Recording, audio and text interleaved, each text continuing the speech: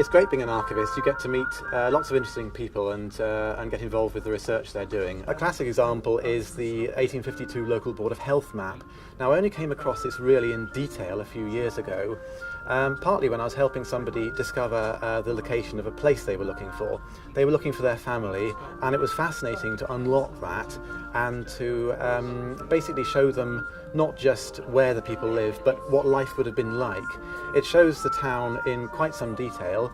It shows all the little steps, all the gardens, all the lampposts, all the downpipes, the gutters, all the little toilets, all these sort of things. The thing the gentleman found from the map was really something to put flesh on the bones of his family history.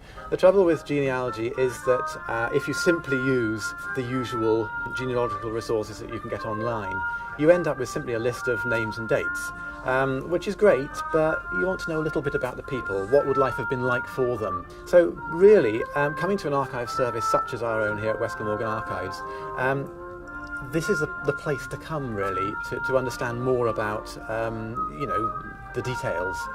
Using this map really brought the area to life for the gentleman, and that's what I really love about working here. You do get to go into things in some depth, and you can, seeing the look of satisfaction on a gentleman's face at the end of it.